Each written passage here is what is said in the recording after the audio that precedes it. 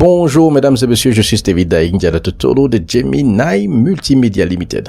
Alors là, j'utilise mon Holyland Lark M2S. Je sais qu'il y a du bruit en ce moment parce que nous sommes en train de faire le test de son dans la salle. Donc je vais activer l'interprétation de conférence. Enfin, je vais activer la réduction de bruit. Confusion totale parce que je suis dans la cabine, je suis interprète. Donc on va l'activer.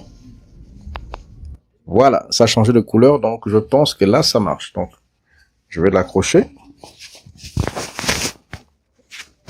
Voilà, veuillez m'excuser pour le bruit environnant, mais c'est un peu ça le principe de cette chaîne, c'est d'être, faire des vidéos dans la cabine, montrer un peu la réalité du métier. Parfois, c'est bien d'avoir ces petits bruits ambiants là.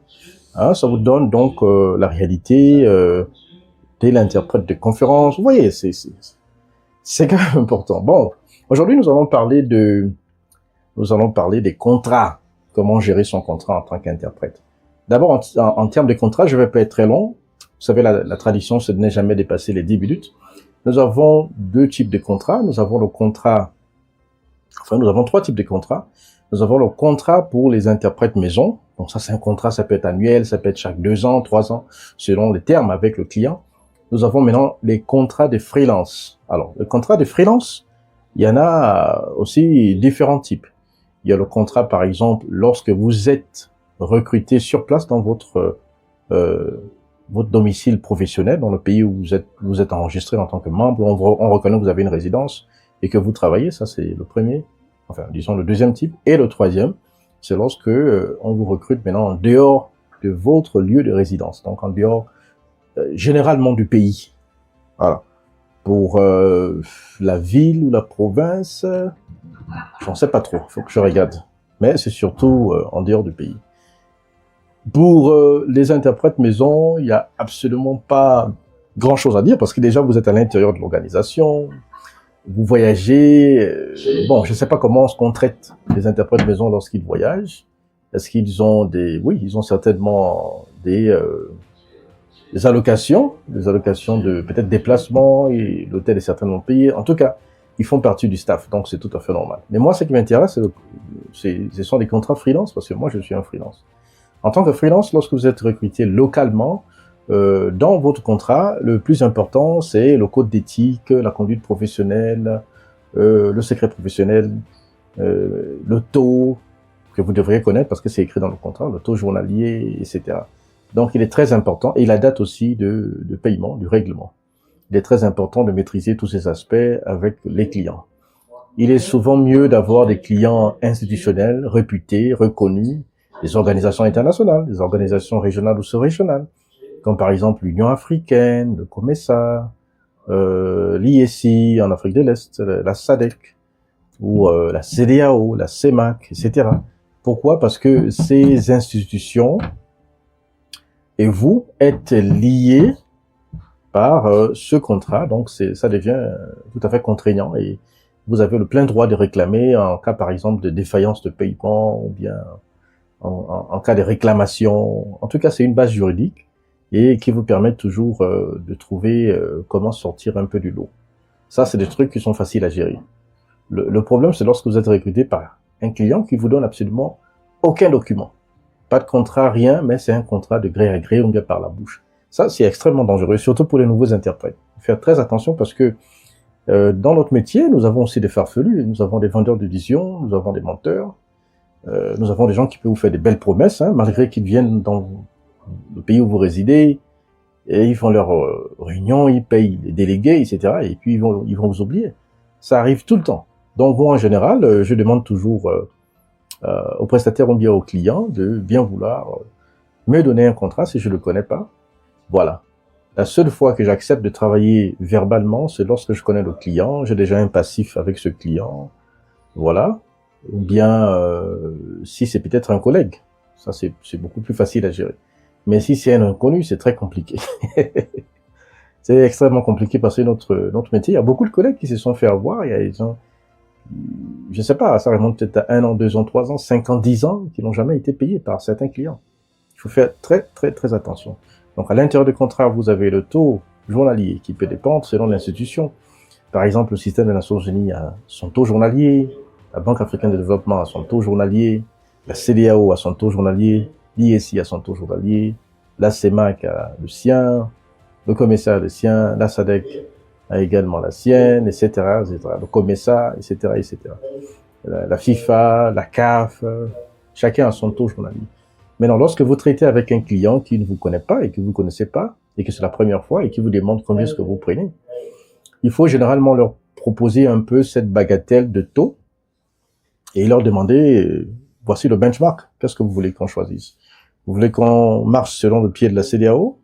Est-ce que vous voulez qu'on marche selon le pied du COMESA? Est-ce que vous voulez qu'on marche selon le pied de l'Union africaine? Est-ce que vous voulez qu'on marche selon le pied des Nations Unies, du système des Nations Unies, c'est-à-dire FAO, OMS, PNUD, etc., UNICEF? Et là, maintenant, le client va choisir. Donc, un client ne peut pas vous payer en deçà de cela. En général, ce n'est pas moralement conseillé. En deçà, ce n'est pas bon. Bon, là, maintenant, ça dépend de vous. Chacun d'entre nous est responsable et adulte.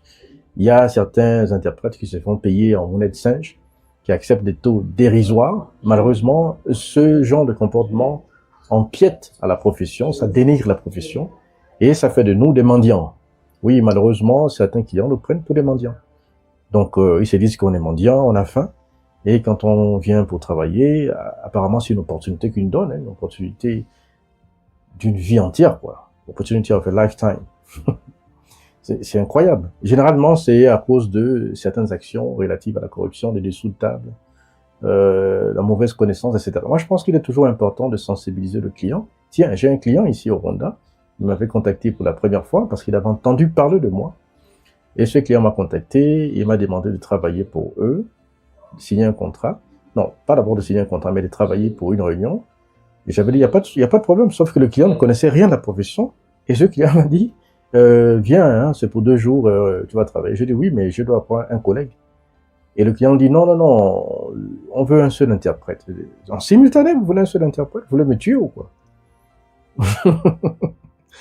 Et c'est là, ils ont dit, ils comprennent pas. J'ai dû envoyer des textes qui expliquent un peu qu'est-ce qu'est la profession, pourquoi est-ce qu'on travaille en binôme, pourquoi c'est conseillé d'avoir 2 interprètes si votre réunion dure plus de 45 minutes, etc.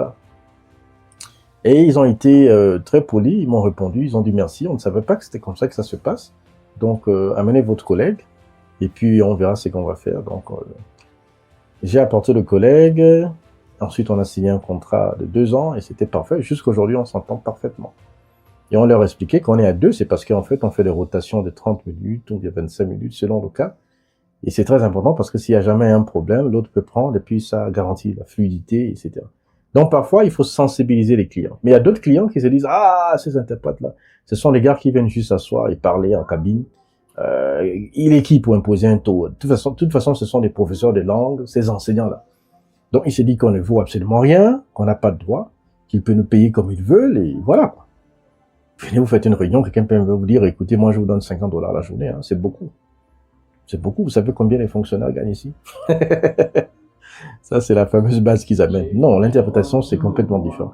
C'est quand même dommage que depuis les années 90, comme le disait un de mes collègues, les taux n'ont pratiquement pas doublé. C'est incroyable. Ça, c'est quelle profession, ça? En 30 ans, les taux ne doublent pas. On a eu une augmentation de 10%, 20%, dans certains cas peut-être 30%. Mais dans la généralité, il n'y a pas de double. C'est incroyable, quand même. Ça, c'est quel genre de métier, ça? Donc, je pense qu'il faut quand même qu'on pousse le bouchon. Il y a des gens qui sont des consultants, comme nous, parce que nous sommes aussi des consultants, qui viennent dans une réunion, ils sont des consultants, et puis ils facturent $5,000 la journée, 10 000 la journée, 30 000 la journée. Mais pourquoi nous aussi qui avons le même titre? Parce que c'est nous qui facilitons quand même des grandes conférences, il y a des contrats, alors on parle en milliards.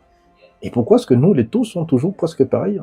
En près de 30 ans, en tout cas moi, 30 ans, d'existence sur Terre, c'est que j'ai appris 30 ans,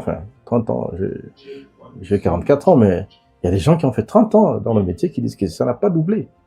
C'est quand même incroyable, donc soyons quand même rigoureux sur les taux, c'est la moindre des choses. Quand vous êtes recruté à l'international, généralement vous avez le per diem qu'on appelle le DSA, c'est une allocation qui permet à l'organisation de payer votre hôtel et tout ce qui est en dessus, vous en profitez et vous avez vous avez une espèce de quelque chose dans la poche pour acheter des souvenirs pour vos familles en rentrant, etc. Et puis il y a aussi le jour de voyage, quand vous partez, qui est donc le tarif moitié de ce que vous gagnez. Le jour de retour, tarif moitié. En tout cas, pour l'expérience que j'ai eue. J'ai beaucoup d'autres clients, mais qui ne m'ont pas encore pris à l'international. Et j'ai le contrat, je sais ce qu'ils donnent comme taux, etc. Donc voici un peu ce que je peux dire. Le reste, les détails, vous le savez, ça comporte des volets confidentiels, mais essayez de vous enquérir. Si vous êtes déjà recruté, essayez toujours de vous enquérir, à savoir de quoi est-ce que votre métier est fait et quels sont les droits que vous devriez jouir. C'est très important. Les droits qui vous reviennent afin de réclamer en cas de problème. Voilà ce que je voulais partager avec vous en tant que freelance. Je suis pas un spécialiste en droit. Voilà, je suis juste David Diada Tutolo qui partage son opinion personnelle. Ça, c'est un disclaimer très important. Merci de m'avoir suivi et à la prochaine avec une autre thématique. Bye bye.